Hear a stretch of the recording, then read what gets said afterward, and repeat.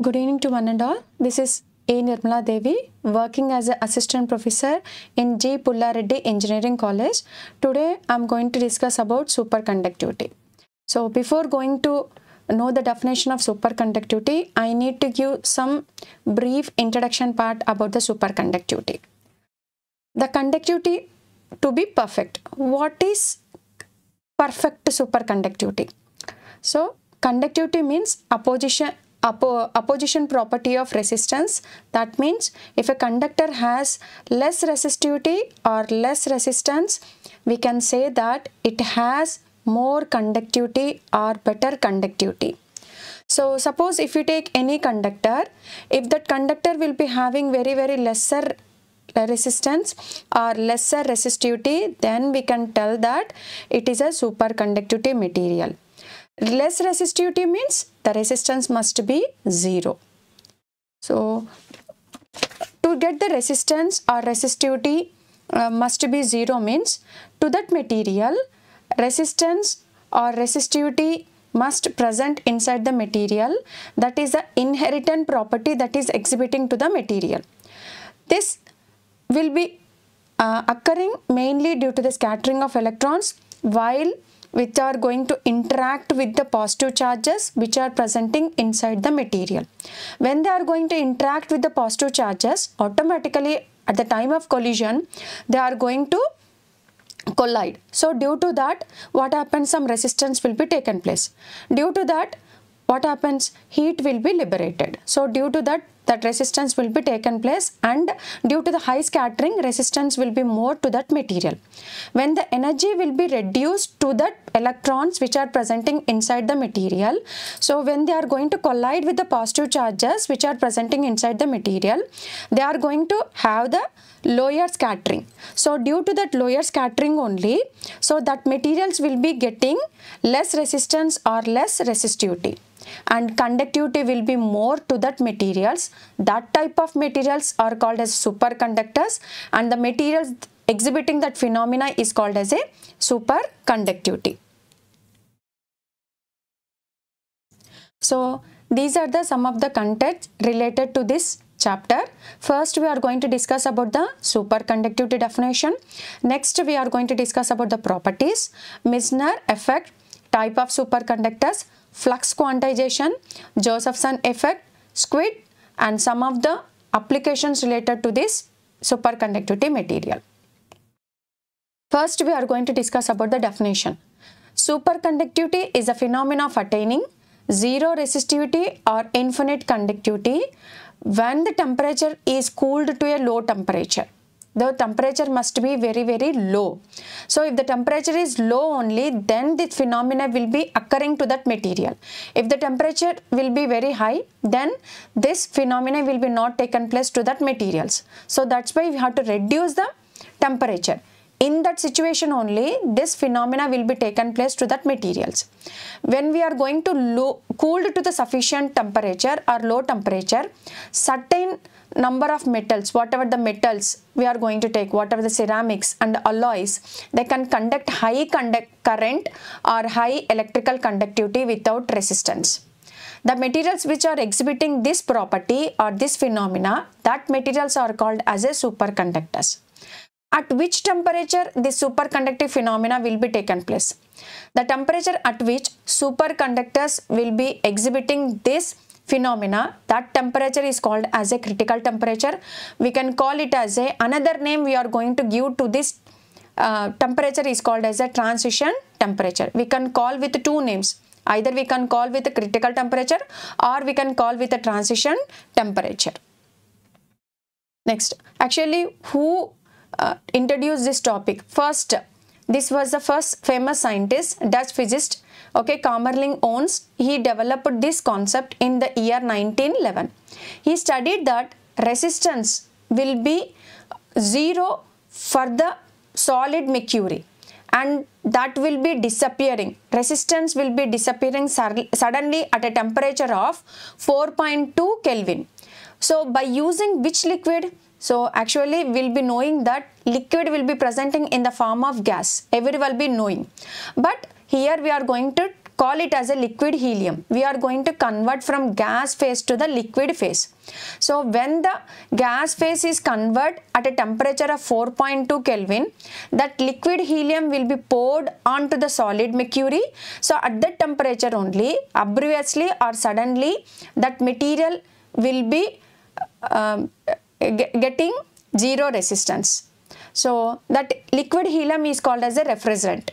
And okay, after discovering this concept only, he got a Nobel Prize in the year 1913. Okay.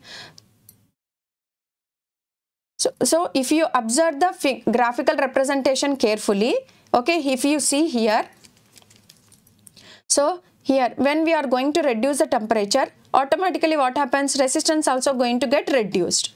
So at one temperature, at this temperature, at which temperature, 4.2 Kelvin.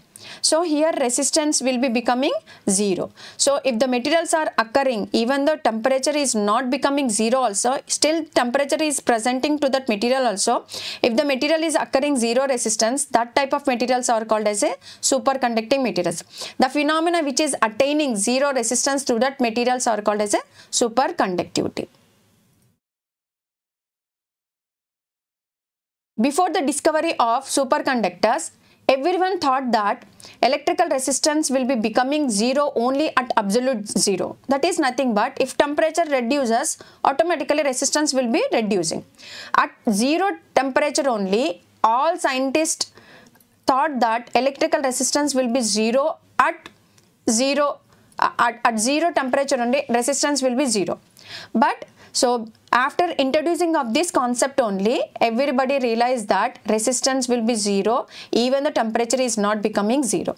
So it was found that in some materials, electrical resistance becomes 0 when it is cooled to the low temperature. When the temperature is reduces, automatically what happens, resistance is becoming 0. Later on, superconductivity was observed in different elements, alloys at critical temperature. And one thing we have to remember that temperature is not same for all the materials. That is going to vary from one material to the another material. So we have to concentrate on this critical temperature only. And it was found that it is very difficult to observe the phenomena of superconductors, and it is very costly. Why? Because to convert the liquid helium. So actually, helium will be exhibiting in the case of gas. So we have to convert from liquid gas, from the gas phase to the liquid phase. So it takes so much process, and it is also very costly, and it is also very complicated process. So that's why this is very costly process and very long process to get the superconductive phenomena. Now, already I told na critical temperature. So at this temperature only, so we are going to occur the superconductors. So the temperature at which normal conductors act as a superconductors, that temperature is called as a critical temperature, or we can call with some other name. Another name is called as a transition temperature. Here I have given two definitions. Okay, both definitions will be giving same meaning. Okay, the temperature at which normal conductors undergoes transition from normal state to the superconducting state, that temperature is called as a critical temperature. Already I discussed in the previous slide, temperature is not same for all the materials. That is going to vary from one material to the another material. Here I have listed some of the elements. Okay, so that will be having different transition temperatures. And one thing you have to remember that in the previous slide, whatever the graphical representation I have represented in this shape, I have represented na. So this is a critical temperature, and this is the temperature, and the resistance will be presenting along the y-axis, and temperature is represented along the x-axis. So here if the temperature is T is less than Tc, so this region or this state will be exhibiting the superconducting state. When the temperature is greater than the greater than Tc, then this is going to act as a normal conductor. So below Tc it is called as a superconducting state, and above Tc this is going to call it as a normal conductors, and T is equal to Tc. at this Tc, both states will be coexisted. That is nothing but two states will be presenting, and these are the some of the elements that are exhibiting different transition temperature. Zinc will be exhibiting the temperature of 0.9, aluminum 1.19, mercury 4.19. So first in the year 19 level only, so with the help of mercury only we started this concept. And Pb 7.2, tin 0.39, cadmium 0.5, niobium 9.3, niobium tin 17.9. okay, these are the copper oxide based. Yttrium, barium, cobalt oxide 92, bisco 110, okay, Hg, BCCO 133, H2S 205 in year 2015. That is nothing but, so we required how much, pressure is nothing but 150 gigapascals. So by using pressure we can create a temperature. So that is nothing in the year 215, that is in the year 2019. So here we are going to use, so one of the element that is nothing but LaH10. So this is exhibiting the temperature of 250 degree Kelvin. And how much pressure we are going to require here? 170 gigapascals. Next, so not only to destroy the if you want to convert the normal state to the superconductors, or if you want to destroy the normal state and if you want to convert into the superconducting state, or if you want to convert the superconducting state into normal state, not only with the help of the temperature, we can destroy with the help of one of the parameter, that is nothing but a magnetic field. And here I have specified a critical. Critical is nothing but at particular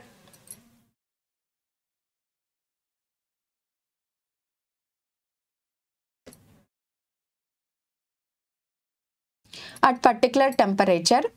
So at particular temperature we are going to destroy the superconducting state, we are going to convert into the normal state, or at this temperature we are going to destroy the normal state and we are going to enter into the superconducting state. So here there is a relation between the temperature and magnetic field, critical magnetic field. The minimum magnetic field required to destroy the superconducting state is known as a critical magnetic field, and that critical magnetic field is represented as a Hc. So the value of critical magnetic field depends on the temperature. So here these are dependents. Temperature will be depending on the magnetic field and magnetic field will be depending upon the temperature. So the value of critical magnetic field increases when the temperature is below the critical temperature. Why? Because these two are inversely proportional to each other. As the temperature reduces, what happens here? H0, critical magnetic field, goes on increases. These two parameters are inversely proportional. How they are correlated means, with the help of this equation we can tell that, okay, here Hc of T, Hc of 0, 1 minus T by Tc whole square, where Hc will be representing the critical magnetic field at different temperature, critical magnetic field at 0 Kelvin, and T is the temperature and Tc is called as a critical temperature or transition temperature. Here if you are going to substitute, so at T is equal to 0, suppose if you are going to substitute T is equal to 0.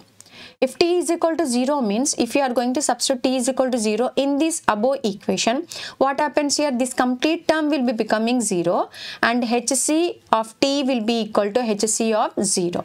That is nothing but, here critical magnetic field is taken as a H0, where H0 stands for the critical magnetic field. Suppose if temperature T is equal to Tc, then we can say that H will be becoming 0. So when the temperature is increased and it will be reaching to the temperature of Tc, then we can tell that, or we can say that here we are going to get the, okay, Hc of T will be becoming 0. So here also two states will be represented in this graphical representation. Below Tc superconducting state and above Tc normal state. Okay, whatever the states we discussed in a case of a temperature in the previous slides. So here parameters are different in a case of a transition temperature. Along x-axis temperature, along y-axis resistance, but here along x-axis temperature same only, but along y-axis parameter is changed, that is nothing but a magnetic field. So H is less than Hc means that will be exhibiting the superconducting state, and H is greater than Hc, that will be exhibiting the normal conducting state. At H is equal to Hc, both states will be exhibiting at this state. So next, so here not only by applying magnetic field we can destroy the superconducting state, indirectly we can create a magnetic field by sending current to that material. Means what? So generally if you are having current means in opposite direction magnetic field will be created. So here if you are going to have the magnetic field means indirectly we can create a electrical field, isn't it? These two are perpendicular to each other. So here also by sending current to that particular material we can create a magnetic field, we can generate a magnetic field. By creating a critical magnetic field we can destroy the superconducting state. So the current at which superconductors act as a normal conductors is called as a critical current. So by getting superconducting to destroy the superconducting state, we are going to give the critical current. Due to this critical current, critical magnetic field will be created. Due to that critical magnetic field only, they are going to destroy the superconducting state. So here there is a relation between the critical magnetic field and critical current. Here IC is equal to 2 pi r Hc, where Hc stands for critical magnetic field, IC stands for critical current. So IC is the applied current, R is the radius. Whatever the material we have chosen, suppose if you are going to prepare in the form of a circular shape, that circular shape will be having the radius of r. So that r represents the radius of the given material, and Hc is the obtained magnetic field. So by sending current we are going to obtain the magnetic field that is represented as a Hc, and I is less than Ic, material will be exhibiting in the superconducting state. I is greater than Ic, material will be exhibiting the normal state, and I is equal to Ic, both states will be exhibiting for that material. Next, so these are the some of the properties. So first one, when we are going to discuss about superconductive phenomena, to that materials what parameter must present? Zero electrical resistance, and they must have the infinite conductivity. Why? Because sigma will be equal to, so that is sigma is equal to 1 by rho. These two are inversely proportional. If resistance will be 0, sigma will tends to infinity. So that's why zero electrical resistance and infinite conductivity. So, and one thing you have to remember that when we are sending the magnetic field to that material, so they are not going to penetrate into the material. So they are going to excluded from the material, they are moving outside of the material. When they are moving outside of the material, so that materials will be exhibiting the one of the property that is nothing but a diamagnetic property. So if you know so one of the property related to the diamagnetic materials, when we send the magnetic lines of forces to the material, magnetic lines of forces are not penetrated into the material, they are moving outside of the material only. So if the materials are not sending the magnetic lines of forces into the material, they are excluding this magnetic lines of forces into the material, then we can tell that materials will be exhibiting the diamagnetic property, and that diamagnetic property is explained by one of the effect that is nothing but a Meissner effect. Next we are going to discuss in the next slide. And next, so here effect of pressure, that is nothing but if we are going to generate or create a temperature to that material, we are going to give the pressure. Why? Because pressure and temperature are directly proportional to each other. According to Charles' law, we can tell that if we are going to give the temperature, automatically pressure will be created in the pressure cooker. So like that here also. So here if you want to create any temperature to that material, we can give the pressure. By giving pressure, we can create a temperature. So in certain metals, critical temperature is directly proportional to the pressure. These two parameters are directly proportional. Pressure increases, temperature increases. If pressure reduces, okay, temperature also reduces. Isotopic effect. The critical temperature Tc is found to vary inversely with isotopic mass. So that is nothing but, so whatever the material we have chosen, if they are going to have atomic mass, so atomic number will be there, atomic mass will be there for each and every element. So based upon the atomic mass only temperature will be presenting. Tc is inversely proportional to 1 by root of m. So where m is the atomic mass. So next, monovalent elements. Generally, if you take any material, if they are going to have more than one valence electron that is going to present inside the material, so that type of materials will be exhibiting the superconductors. Suppose if any material I have chosen, if that material will be having only unpaired electron, so due to the presence of unpaired electrons, it is not possible to get this superconductivity property or superconductivity phenomena. So that material must have the 2 unpaired electrons, more than 2 unpaired electrons. So these are divalent to the octant. So there may be more than 1 valence electron that must present in the outermost shell. So to that materials only superconductivity phenomena will be taken place. Next, all the thermoelectric effects, that is nothing but these effects will be exhibiting at high temperature only. So you have discussed, you have well familiar about these topics in your lower class. So Seebeck effect, Peltier effect, Thomson effect will be occurring at high temperature only, at high temperature. But the superconducting phenomena will be taken place at low temperature. So no way connection. So these effects will be disappear in the superconducting state. Next, here elastic and thermal expansion does not changes in the transition. So if you take as a temperature reduces, what happens? Resistance also reduces. At this temperature only we are going to get the superconducting state. From 0 to Tc, if you increase the temperature also, there will be no change. There will be no thermal expansion. There is no elastic nature from 0 to Tc. So there will be no changes. No, any type of changes has not taken place within the material. So that's why elastic and thermal expansion does not changes in this transition. And if you give current to that material, any superconducting material, that will be presenting for longer period. So long standing period. So once if you are going to give the current to any wounding wire, any copper wire, that will be flowing continuously for longer period. Okay, long standing period. So next, all superconductors are diamagnetics. In previous slide only we discussed in a case of a Meissner effect, we are going to tell that the superconductors will be exhibiting the diamagnetic property. Next slide we are going to discuss how they are going to exhibit the diamagnetic property with the help of the Meissner effect. With the help of a Meissner effect. Next, so just now we discussed when we are going to send a current to the superconducting material, that will be staying for longer period. Longer period is nothing but we can simply call it as a persistence current. What is meant by persistence current? The steady current which flows throughout the superconducting ring without any decrease in the strength even after the removal of removal of field.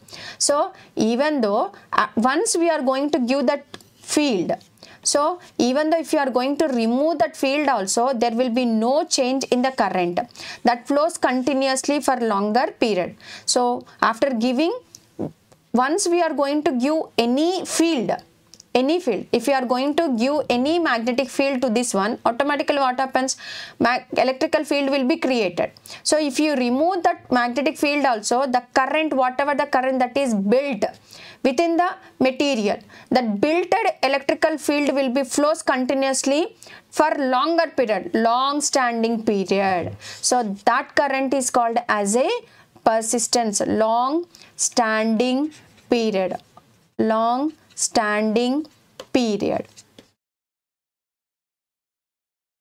long standing period. That current is called as a persistence current. Next, these are the some of the properties does not affect the superconductors. Elastic properties already we discussed, thermal expansion properties. Next, photoelectric effect. so there is no connection. Internal arrangements of crystal lattice. Next, properties affected. So even though some crystal defect is also presenting, okay, does not have any changes in the output of the superconducting material. But so these are the most important properties that affect the superconducting phenomena. One is a critical temperature. Okay, if you any slight change also, we are going to see the drastic changes in the superconducting material, superconducting phenomena. Next one is a critical magnetic field. Next one is a critical current. Next one is a pressure. Next one is a isotopic mass. So these are the some of the properties related to the superconducting material.